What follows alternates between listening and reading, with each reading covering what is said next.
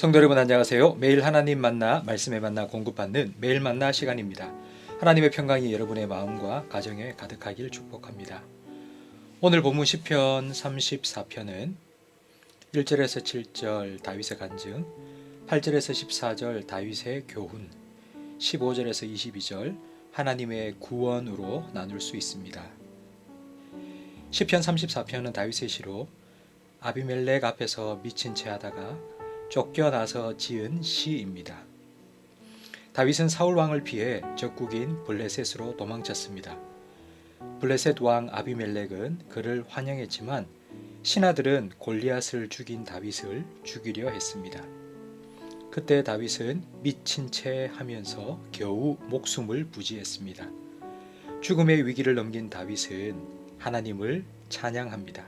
2절에 자기가 찬양하는 소리를 듣고 자기처럼 죽음의 위기에 빠진 공고한 자들이 기뻐할 것이라고 말합니다. 다윗을 구원하신 하나님께서 나도 구원해 주실 것이라는 믿음과 소망을 가질 수 있기 때문입니다. 다윗이 찬양하며 높이는 하나님은 다윗의 기도에 응답하신 하나님이십니다. 모든 두려움에서 건지신 하나님이십니다. 하나님을 바라보는 사람들을 부끄럽게 하지 않는 하나님이십니다. 부르짖을 때에 천사들을 보내 모든 환난에서 구원해 주시는 하나님이십니다. 다윗은 자기가 블레셋에서 겪은 일을 떠올려 봅니다. 그때 자기를 도와줄 사람은 단 한 사람도 없었습니다. 그럼에도 살 수 있었던 건 하나님께서 천사를 보내 그를 지켜주셨기 때문입니다. 다윗은 간증에 이어 교훈을 우리에게 들려줍니다. 8절에 너희는 여호와의 선하심을 맛보아 알지어다 라고 말합니다. 음식은 눈으로 봐서 맛있는지 맛없는지 알 수 없습니다. 먹어보아야 압니다. 신앙도 마찬가지입니다. 하나님에 대해 머리로 아는 것이 아니라 하나님을 경험하고 체험해야 하나님이 어떤 분이신지를 알 수 있습니다.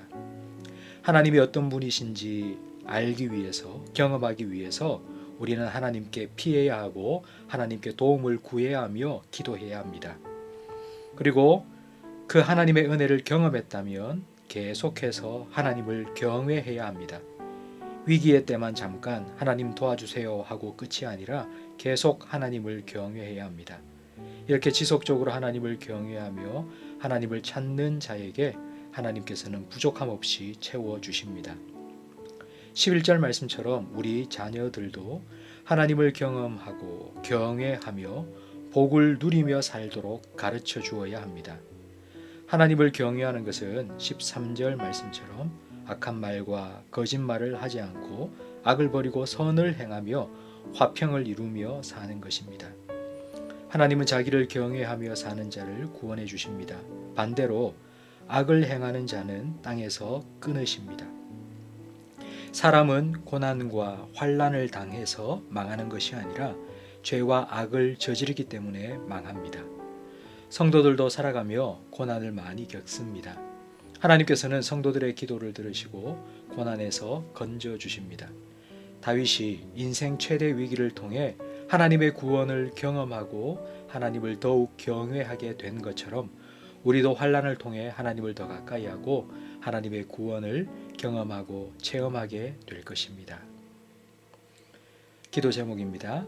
나의 간구를 나의 간증으로 바꾸어 달라고. 우리의 자녀들이 경험적이고 체험적인 신앙을 갖게 해달라고, 그리고 우리도 하나님을 경험하고 하나님을 경외하며 살게 해달라고 기도하시기 바랍니다.